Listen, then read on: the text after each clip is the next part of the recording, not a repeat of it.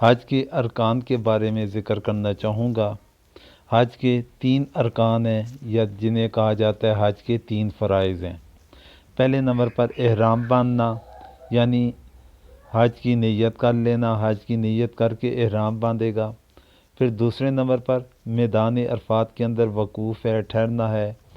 تو تیسرے نمبر کے اوپر طواف زیارت ہے، اور اس کو طواف اضافہ بھی کہا جاتا ہے۔ تو اس کے بارے میں، طواف کے بارے میں اللہ تعالیٰ کا فرمان ہے وَلْيَطَّوَّفُوا بِالْبَيْتِ الْعَتِيقِ، یہ اللہ تعالیٰ کا فرمان ہے، تو اس وجہ سے اسے فرضیت کا درجہ دیا گیا۔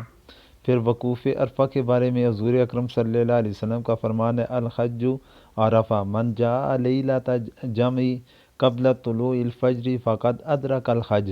یہ ترمذی شریف کی روایت ہے اور ابن ماجہ کی، کہ حج وقوف عرفہ سے عبارت ہے۔ جو شخص مزدلفہ کی رات طلوع فجر سے قبل میدان عرفات میں آ جائے، اس کا حج ہو گیا۔ تو اس لیے ان 3 چیزوں کو حج کے فرائض کے اندر تصور کیا جاتا ہے۔